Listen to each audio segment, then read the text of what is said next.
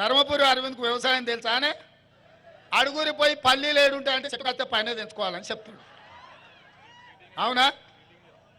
అందుకోసమని అట్లాటోళ్ళని మనం ఎన్నుకొని ఓటేస్తే ఎట్లయితుందో చూసిరు. సరే, కవితమ్మ గురించి నేను చెప్పాల్సిన పని లేదు, ఇక బాజిరెడ్డి గోవర్ధన్ గురించి నేను అడగాల్సిన పని లేదు. ఆయన గిన ఓటేస్తారంటే ఆయన కొడుకులు అచ్చోసిన ఆంబోతులాగా మీ మీద పడతారు. గోవర్ధన్ గిన ఓటేస్తారా వాళ్ళ కొడుకులంతా మీ మీద పడతారు. మీరు ఇక మళ్ళీ నెల నెల హఫ్తాలు కట్టాల్సిందే. పాల పైసలు కూరగాయల పైసలు తీసుకొచ్చి వాళ్ళకి ఇచ్చిపోవాల్సి వస్తుంది పట్టణానికి టౌన్కి వస్తే. అందుకే మిత్రులారా, ఇవాళ పదే పదే గుడి గురించి మాట్లాడుతున్నారు. నేను ఒక్క మాట చెప్పదలుచుకున్న ఈ వేదిక మీద నుంచి, ఈ దేశ ప్రధానమంత్రి నరేంద్ర మోడీ గారు నిన్న మాట్లాడుతూ కాంగ్రెస్ పార్టీ అధికారంలోకి వస్తే హిందువుల ఆస్తులు గుంజుకొని ముస్లింలకు పంచి పెడతారని అన్నారు. ఒక secular country, doctor Babasaheb Ambedkar రచించిన రాజ్యాంగం, ఆ రాజ్యాంగం మీద ప్రమాణం చేసిన ప్రధానమంత్రి రెండు మతాల మధ్యలో చిచ్చు పెట్టే విధంగా మాట్లాడుతున్నాడంటే ఓటమి నరేంద్ర మోడీని వెంటాడుతుంది, వేటాడుతుంది. నరేంద్ర మోడీ భయపడి ఈరోజు మతాల మధ్యలో చిచ్చు పెట్టాలనుకున్నాడు. అందుకే ఈ వేదిక మీద నుంచి इस मंच से मैं नरेंद्र मोदी जी से साफ साफ एक बात मैं कहना चाहता हूं, जब जब कांग्रेस पार्टी सत्ता में था हम हिस्सा दिए, बराबर दलित को दिए, आदिवासी को दिए, ओबीसी को दिए, किसी का जायदाद खींच लेकर और किसी को नहीं दिए। हम इतना संविधान को बचाए, ऐसे संविधान किस देश को दिए हम लोग। अगर भाई का जायदाद दूसरे भाई को देना है तो भी कानून के हिसाब से देना पड़ता, मगर किसी का जायदाद खींच लेकर और किसी को देने का कानून अपना देश में नहीं है। 13 साल मुख्यमंत्री था मोदी जी, 10 साल प्रधानमंत्री था। इतना भी पता नहीं है कि इस देश का प्रधानमंत्री को हिंदुओं का जायदाद खींच लेकर मुसलमानों को देने के लिए ये प्रधानमंत्री ऐसे बात कह रहा है। इसको डर है, दिल में हार जाने का डर है, इसीलिए ऐसे ऐसे भाषण उन्होंने दे रहा है। इसीलिए हम संविधान दिए इस देश को।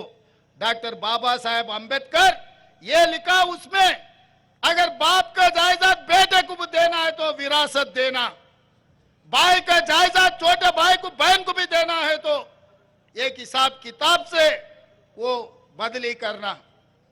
ऐसे झूठे बातों से कितने दिन देश को धोखा देंगे मोदी जी? ये कोई तरीका नहीं है, आपको कोई शोभा देने वाले बात नहीं है।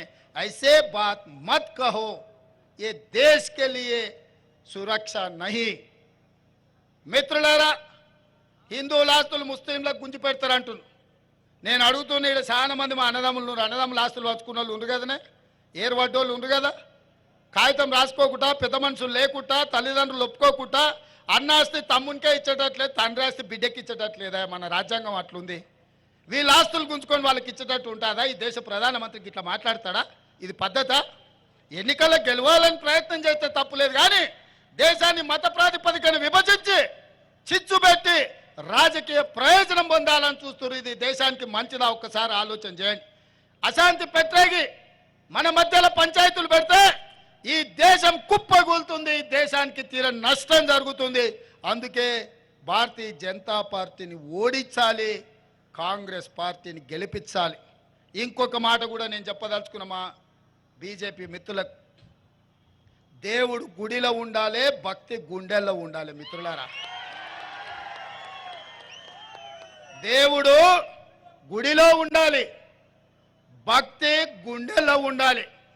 పోలింగ్ బూతుల డబ్బాలల్లో కాదు మిత్రులారా. మీరు చేసే వ్యాపారం, మీ రాజకీయ వ్యాపారం, మీ స్వార్థం ఈ దేశ ప్రజలకు అర్థమైతలేదని అనుకోకండి.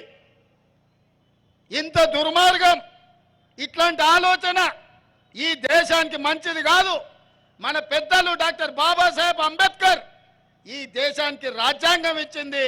ఒక సెక్యులర్, ఒక మత సామరస్యంతో కూడుకున్న పరిపాలన అందించడానికి అవకాశం ఇచ్చారు. కేవలం మీరు గెలవడం కోసం ఇట్లాంటి కుట్రలు కుతంత్రాలు చేయడం ఈ దేశానికి మంచిది కాదు. ఇట్లాంటి ఆలోచన మానుకోండి. రాముడు మీకే కాదు మాకు రాముడే. మా ఇంట్లో కూడా మేము రాముని కొలుస్తాం, విష్ణుని కొలుస్తాం, కృష్ణుని కొలుస్తాం. ఎంతో మంది దేవతలు ఉండ్రు. ఊర్లూర్ల పోసమ్మ, మైసమ్మ, ఎల్లమ్మ ఎంతో మంది దేవతలు ఉండ్రు. ఇవన్నీ మన సాంప్రదాయంలో భాగం. ఎవరి మత విశ్వాసం వాళ్ళది. నేను హిందువునని గర్వపడతా, ముస్లింలను, క్రిస్టియన్లను, సిక్కులను ఆదరిస్తా, గౌరవిస్తా. ముఖ్యమంత్రిగా నా బాధ్యత మత సామరస్యం పాటించడం అనేది రాజ్యాంగం మనకు నేర్పిన, మన పెద్దలు తరతరాలుగా మనకిచ్చిన మన సాంప్రదాయం. ఊర్లలో పీర్ల పండుగ ఎవరయ్యా? మనం కాదా చేసేది? అలా వాడేది మనం కాదా? ఊర్లో ఏదైనా ఉండి చర్చిలో క్రిస్మస్ వస్తే 10 మందికి మనం సాయం చేస్తలేమా? మన గణేష్ నిమజ్జనం వస్తే ముస్లింలు మనకు అండగా నిలబడతలేరా హైదరాబాద్లో? ఇది మన సంస్కృతి, మన సాంప్రదాయం. దీన్ని కూడా రాజకీయాలకు వాడుకోవాలని బీజేపీ చూస్తుంది. మిత్రులారా, ఇది దేశానికి మంచిది కాదు. కాంగ్రెస్ ఎన్నో 50 ఏళ్ళ అధికారంలో ఉంది. అధికారం కాంగ్రెస్కు కొత్త కాదు, ప్రతిపక్షం అసలే కొత్త కాదు. కానీ ఇట్లాంటి విపత్కరమైన పరిస్థితుల్లో దేశాన్ని కాపాడాల్సిన బాధ్యత కాంగ్రెస్ పార్టీకి ఉంది. అందుకే ఈరోజు ఇందిరాగాంధీ గారి దేశం కోసం ప్రాణాలు ఇచ్చారు, రాజీవ్ గాంధీ గారి దేశం కోసం ప్రాణాలు ఇచ్చారు, సోనియా గాంధీ, రాహుల్ గాంధీ గారి దేశం కోసం పదవులు త్యాగం చేశారు. ఇక ఇప్పుడు త్యాగాలు చేసేది లేదు, కొట్లాడేదే ఈ దేశానికి రాహుల్ గాంధీని ప్రధానమంత్రిని చేసేదే అని చెప్పి నేను ఈ సందర్భంగా తెలియజేస్తున్నా. మిత్రులారా,